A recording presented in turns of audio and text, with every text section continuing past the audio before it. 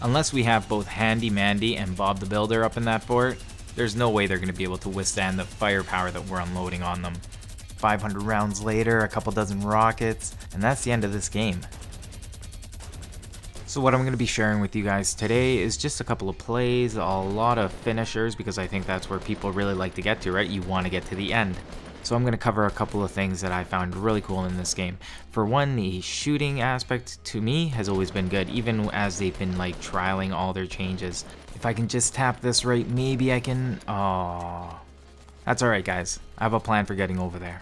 And this game offers you a lot of opportunities to play. And by that I mean, play your own game, because you have the ability to actually influence a lot of the situations in this game, whether you have an assault rifle or not. If you just have a shotgun, well, you're going to need some materials. Maybe you're going to need some smoke in order to make it work. But the thing is that this game offers it to you. So if you know how to take advantage of all the new weaponry, things like launch pad, the accessories, this game is going to be right up your alley, and you're going to get a lot more enjoyment out of it. And there's been so many quality of life improvements for this game, especially on the console side. This footage is a little bit older, and this was before they allowed you to build through structures, which made the game a little bit more clunky. So now it's more accessible while also just feeling intuitively better. You can tell that I'm able to build to block some bullets, and this has been smoothed out again through quick building option that they added in. And this really just helps push forth the key mechanic in the game, which is supposed to be the building. But the thing is, there's just so many more avenues to play this game. It's a third-person shooter, which adds the elements of corners. There's a team aspect of getting knocked down. This is what people would call the pro move. Don't worry about the guys that are down. You have to go against the teammates that are alive, right? And that's kind of the gentleman's way to do it, because the only other reason that you would even bother risking it is if you just really want to ruin that squad's day, or you really need the resources. Either way, really. Personally, I would have killed him.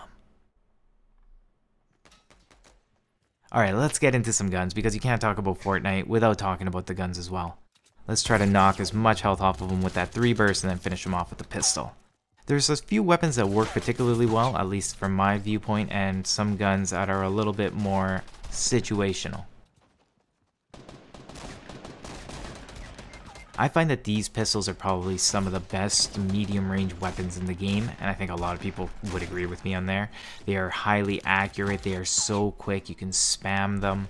You can push it into that close distance, but I don't really recommend it. In that medium distance, though, it's really good because it's also letting you save up on medium ammo, which can become more valuable in the mid game. I also love the timings to this game. I got a chug lug 15 seconds. That's a fair amount of time for full everything. Sometimes people will opt out to hold also mini potions and some of the 5 stacks of bandages instead of a med kit because they're faster to activate. Because in the heat of a battle, 10 seconds is a really long time.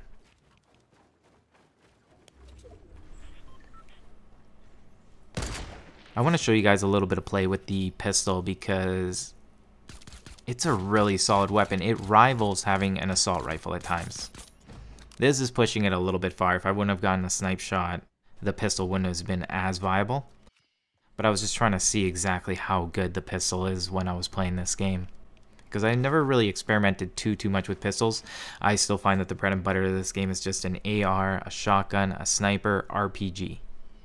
You know, if you happen to pick up a grenade launchers, I find are finicky to use. I'm gonna show you guys some footage of the grenade launcher. Oh, someone's trying to use it here. Never mind. They're just throwing some hand bombs.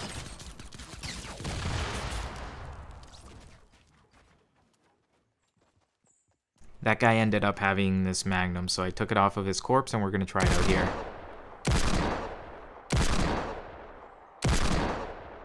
It reminds me of the hunting rifle. I do not like those weapons. Like, as soon as I see a real sniper, I'm like, give me that. If I see a silenced pistol, I'm like, I get rid of the Magnum. I just don't find much use for them. I don't find that they really fill their niche that well. Is it a one-shot kill to the body, though, the golden Magnum? I'm actually not even super aware of what its stats are either. Kind of like the crossbow. The crossbow is like cool to have, but as soon as you find a real sniper, you instantly drop that. So this is pretty cool about having these silenced weapons. You can check the bushes at any time because you're not really going to be giving away your position. It's a safe thing to do when the numbers get lower. You know, if that's kind of If you're afraid of bushes, some people are like, oh my god, I can't leave, there's too many bushes. This guy's shaking my head. He's like, just go. Alright, I'm gonna go. So you know what's something about guns? They only work when they're loaded, and this animation with the sniper has gotten me quite a few times, and we're just about at the end of the game and I want to get this last shot off, and I'm so excited to like go launch pad and I want to go no scope this guy, and I'm like, oh my god, my gun may not be loaded. I'm like, I'm pretty sure it's not loaded. It's not loaded.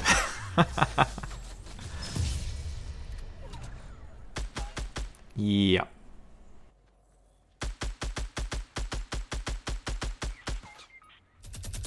Who doesn't like the minigun? I love carrying the minigun. I really like it in squads. I think that's when it really shines. Like something like that. We actually went on to win this game, which is a good thing because I felt so dumb after this happened. But let's talk about something smart. Look at my materials. I have a stupid amount of materials. I have ridiculous weapons right now. There's no reason I need to do anything but wait. And after that, if I'm moving, I continuously build. There's no reason not to be building. I have crazy amount of materials. Just play to what you have, and I think you're going to do well in this game.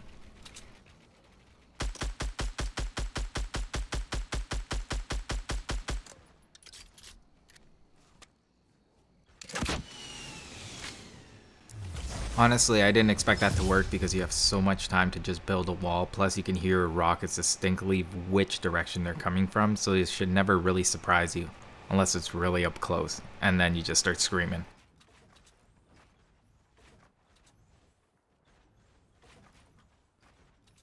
So right now, I just want to show you guys something a little bit about team fire and how fast people can rebuild.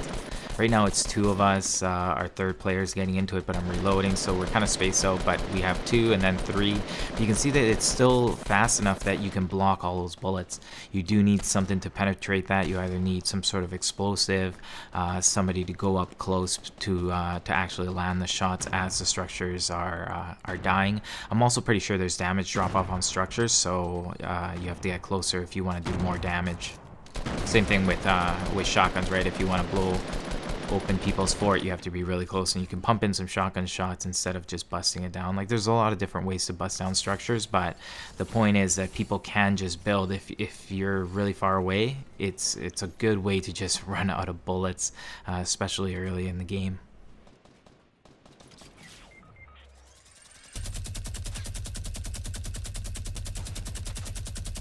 Whenever you start up with the minigun, the main thing that you're looking out for is any kind of counter assault rifle play from your opponents. If you don't have teammates backing you up, applying pressure with something that's actually accurate, then they are free to just get a few shots on you with an assault rifle, and they're going to do more damage to you than you are to them. If that is the case, it is a support gun, and you have to play it that way.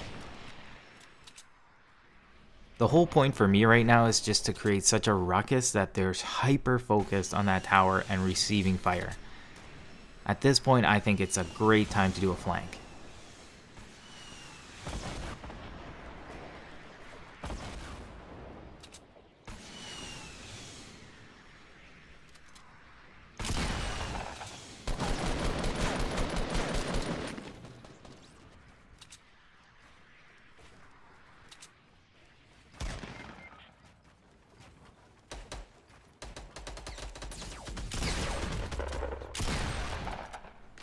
The flat piece. I'm going to be doing a complete episode on the flat piece because I think it's one of the best pieces in the game when you use it right.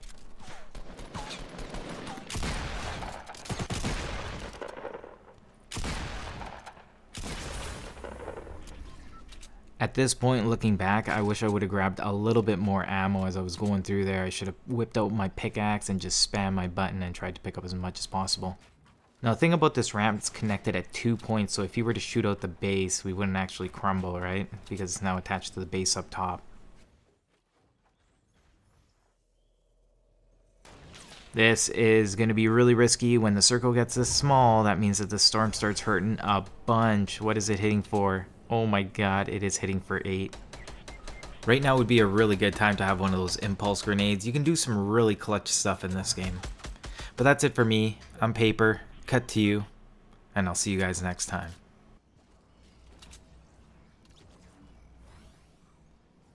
Forgot all about rocket riding. There is so many little tricks to this game. Don't forget about the traps, like all this stuff comes into play. All the things that seem like little novelties do have their moments in this game, and that's why it's just so enjoyable.